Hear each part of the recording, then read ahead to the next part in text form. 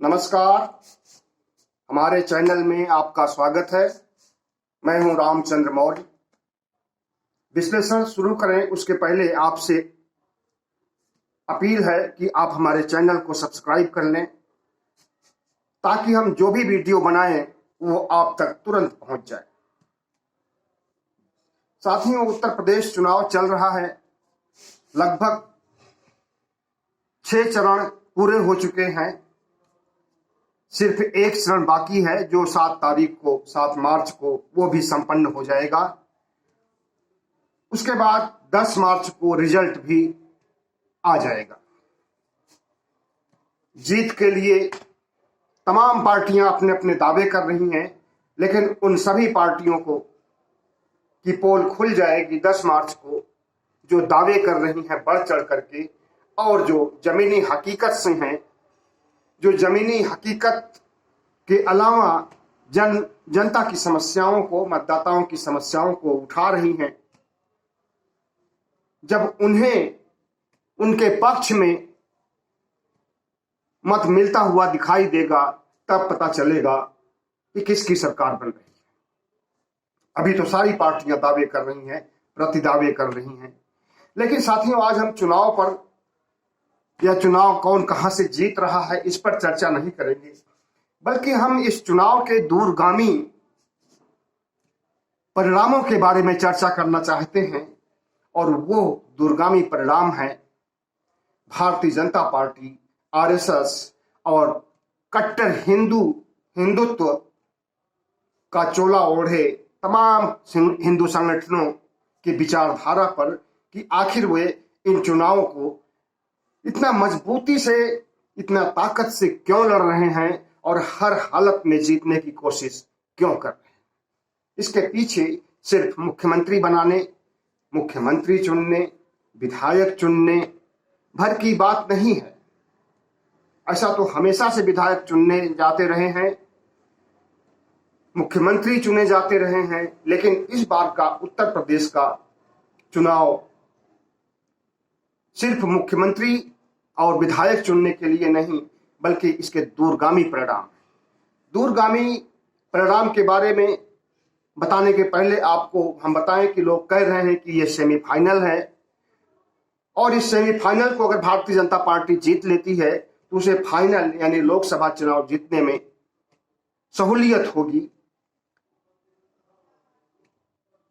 लेकिन सेमीफाइनल को जीते तो कैसे जीते, तमाम सी समस्याएं भारतीय जनता पार्टी के सामने हैं और उन समस्याओं का दौर अब गुजर चुका है।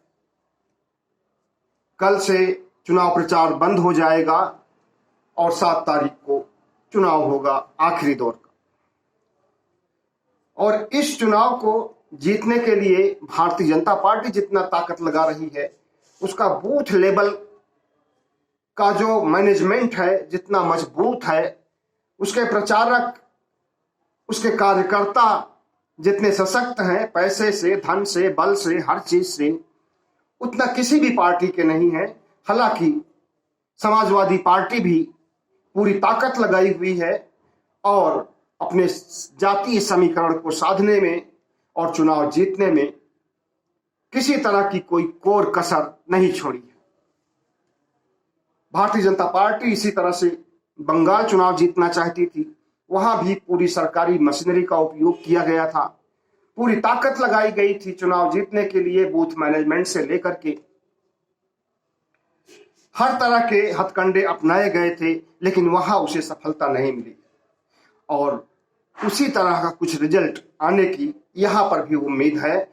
अगर ऐसा होता है, भारतीय जनता पार्टी चुनाव हार जाती है, तो क्या उसका जो दूरगामी लक्ष्य है वह पूरा हो पाएगा? तो जैसा कि मैंने कहा कि मुख्यमंत्री चुनने के लिए नहीं, विधायक चुनने के लिए नहीं, या 2024 में प्रधानमंत्री चुनने के लिए नहीं, लोकसभा सदस्य चुनने के लिए नहीं, बल्कि हिंदू राष्ट्र बनाने की एक सपना रहा है भारतीय जनता पार्टी का, आरएसएस का। और वो सपना आज का नहीं है, वो सपना लगभग 97 साल पहले का है। 2025 में 100 साल पूरे होने जा रहे हैं आरएसएस की स्थापना के, और स्थापना काल से ही आरएसएस भारत को हिंदू राष्ट्र बनाने की हिमायत करता रहा है। हिंदूवादी नेता वीर सावरकर, जिन्हें हिंदुत्व का सबसे बड़ा मसीहा माना जाता है, हिंदू विचारधारा का स्रोत माना जाता है, उनकी सबसे पहली अवधारणा थी भारत को हिंदू राष्ट्र बनाने का।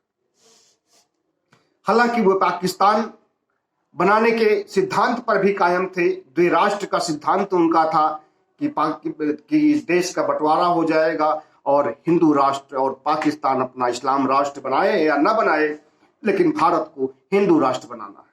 हिंदू राष्ट्र बनाने के लिए पाकिस्तान में जो मुसलमान जाएंगे वे बाधक सिद्ध हो सकते हैं हमारे देश में, इसलिए उन्होंने द्विराष्ट्र की कल्पना की थी। और उस कल्पना से और उस हिंदुत्व की द्विहिंदुत्व राष्ट्र की स्थापना से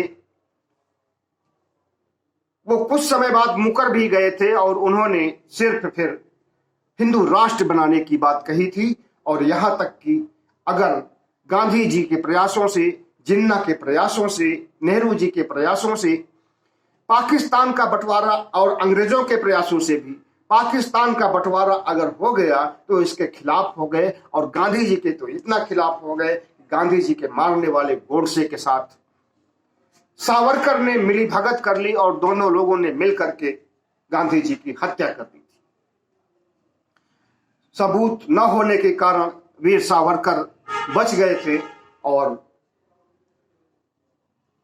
गोडसे की फांसी हो गई थी।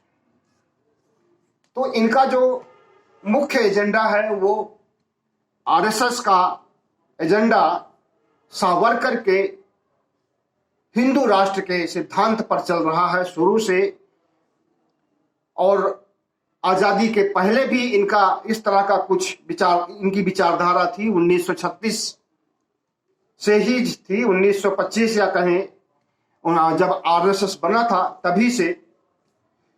लेकिन इन्हें आजादी के बाद भी हिंदू राष्ट्र बनाने के लिए अवसर नहीं मिल पाया, क्योंकि इनकी सरकार नहीं थी, सत्ता में इनकी साझेदारी नहीं थी और सत्ता से दूर थे वर्षों तक।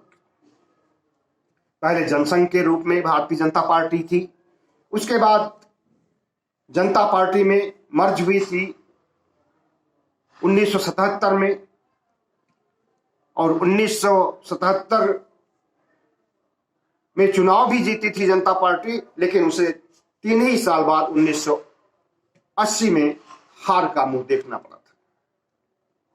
उसके बाद से 1980 में ही भारतीय जनता पार्टी का गठन किया गया, जनता पार्टी से टूट करके, और इसे एक हिंदुत्ववादी पार्टी का नाम दिया गया था। और इस हिंदुत्ववादी पार्टी का सबसे बड़ा एजेंडा या कहें गुप्त एजेंडा हिंदू राष्ट्र बनाने का था। लेकिन उस 80 से लेकर के 90 तक भारतीय जनता पार्टी को भी अवसर नहीं मिला कभी सत्ता में आने का। उसके 1990 के बाद से अगर सत्ता में ये आए भी तो थोड़े समय के लिए। इन्होंने मंडल और कमंडल की राजनीति चलाई थी, और उस मंडल और कमंडल की राजनीति में न तो मंडल की सरकार चल सकी और न कमंडल की। कभी भारतीय जनता पार्टी की सरकार, कभी मायावती की सरकार, कभी समाजवादी पार्टी की सरकार, इसी तरह से, और कोई भी सरकार 5 साल की समयावधि को पूरी नहीं कर सकी थी। 2007 से जब मायावती पहली बार चौथी बार मुख्यमंत्री बनी थी, तब से सत्ता में कोई तोड़फोड़ नहीं हुई और कोई व्यवधान नहीं हुआ, और 5 साल तक सरकार चलती रही मायावती की भी 2007 से 2012 तक, अखिलेश यादव की 2012 से 2017 तक, और मुख्यमंत्री योगी आदित्यनाथ की 2017 से 2022 तक।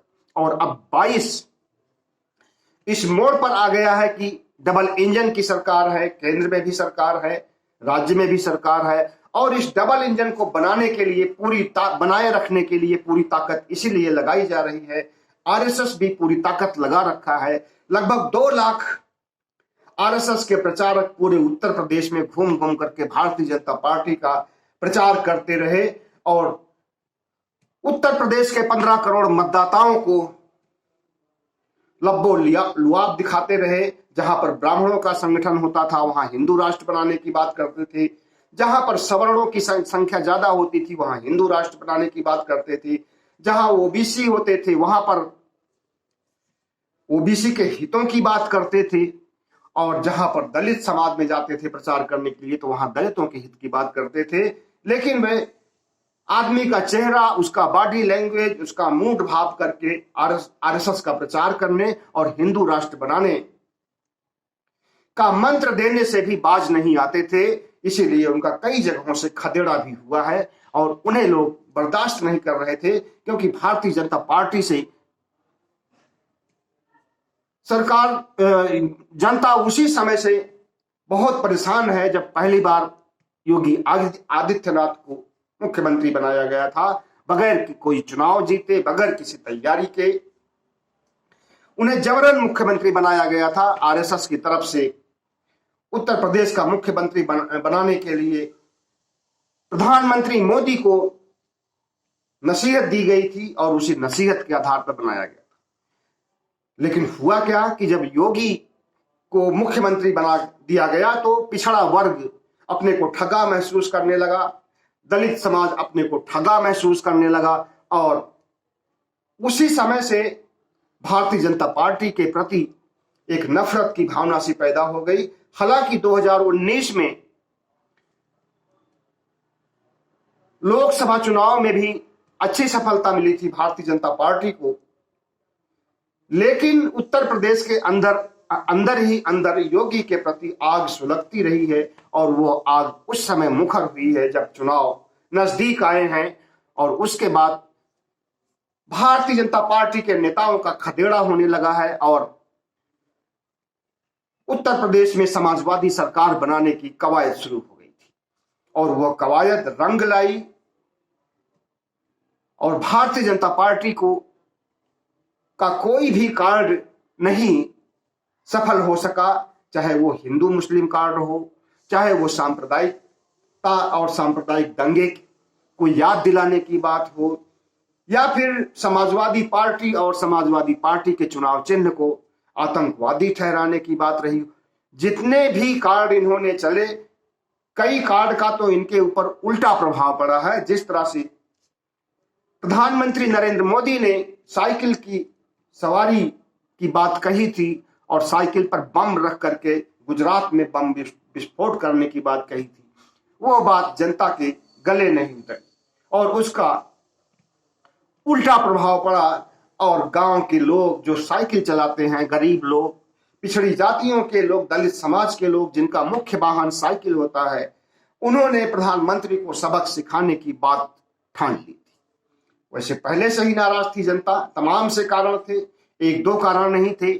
न तो विकास की गंगा बहाई गई थी, न किसानों की आमदनी दुगनी की गई थी, न बेरोजगारों को रोजगार दिया गया था, बल्कि उन्हें पीटा गया था घरों में घुस करके। कोरोना महामारी से निपटने में इनकी क्या भूमिका रही है, सबने देखा है कि कितनी लाशें जलती रहीं सड़कों पर, सड़कों के किनारे, गांवों में, बागानों में, बागों में, पार्कों में और नदियों के किनारे, और कितनी लाशें तो ऐसे फेंक दी गई थी, जल में प्रवाहित कर दी गई थी नदियों के, जो कि उतरा करके, फूल करके सामने आ रही थी और उसे चील कौवे नोच रहे थे। बहुत सी लाशें बह करके पश्चिम बंगाल तक गई, गंगा सागर के पास तक, जहां पर ममता बनर्जी ने उन लाशों का अंतिम संस्कार किया था। इस बात को वे कल 3 तारीख को बनारस की रैली में उन्होंने बताया था। तो साथियों, जो चुनाव हो रहा है, यह चुनाव भारतीय जनता पार्टी और आरएसएस की प्रयोगशाला, हिंदुत्व की प्रयोगशाला उत्तर प्रदेश रहा है। आज से नहीं, बहुत समय से लेकिन वो प्रयोगशाला उस समय से ज्यादा माना जाने लगा है जब कोर्ट के आदेश पर, सुप्रीम कोर्ट के आदेश पर अयोध्या में राम मंदिर बनना तैयार शुरू हुआ, और उसके बाद से इनका मनोबल बढ़ा और वाराणसी में कॉरिडोर से संबंधित, वहां पर अन्नपूर्णा देवी की स्थापना से संबंधित, जिस तरह से वाराणसी को उजाड़ा गया था और वहां की सैकड़ों मंदिरों को नेस्तनाबूद किया गया था, उससे भी जनता में आक्रोश है बनारस की। और वहां के आसपास के घरों को जिस तरह से उजाड़ा गया था, दुकानदारों को हटाया गया था, उनके अंदर भी आक्रोश है। और वही आक्रोश 3 तारीख को बनारस की रैली में, समाजवादी पार्टी की रैली में, जिसमें ममता बनर्जी भी आई थी, वो आक्रोश खुल करके सामने आया था और लाखों की संख्या में लोग इकट्ठा हुए थे अपनी समस्याओं को लेकर के और समाजवादी सरकार को समर्थन देने के लिए। तो भारतीय जनता पार्टी का ये जो दूरगामी लक्ष्य है, क्या ये सफल हो सकता है? क्या भारत को हिंदू राष्ट्र बनाया जा सकता है? 2025 में आरएसएस के 100 साल पूरे होने के अवसर पर क्या भारत उस समय हिंदू राष्ट्र बनेगा? इसके लिए पुरजोर कोशिशें हो रही हैं भारतीय जनता पार्टी की ओर से। वो चाहे हिंदू युवा वाहिनी हो, जो कि दिल्ली में एक शपथ ग्रहण समारोह किया था हिंदू राष्ट्र बनाने के लिए, और उस समारोह में काट डालने, मार डालने की बात भी हुई थी। इसी तरह धर्म संसद में भगवा संविधान पेश किया गया था, उसे आप अच्छी तरह से जानते हैं। और जिस तरह से हिंदू राष्ट्र बनाने के लिए मुसलमानों का नरसंहार करने की बात कही गई थी, उसे भी आपने सुना था, पूरे प्रदेश ने सुना था, पूरे देश ने सुना था, पूरे विश्व ने सुना था। तो क्या आरएसएस का यह सपना साकार हो पाएगा? साथियों, आरएसएस का यह सपना 100 साल से चलता रहा है और आगे 500 साल तक ये सपना देखते रहेंगे, लेकिन भारत को हिंदू राष्ट्र नहीं बनाया जा सकता है।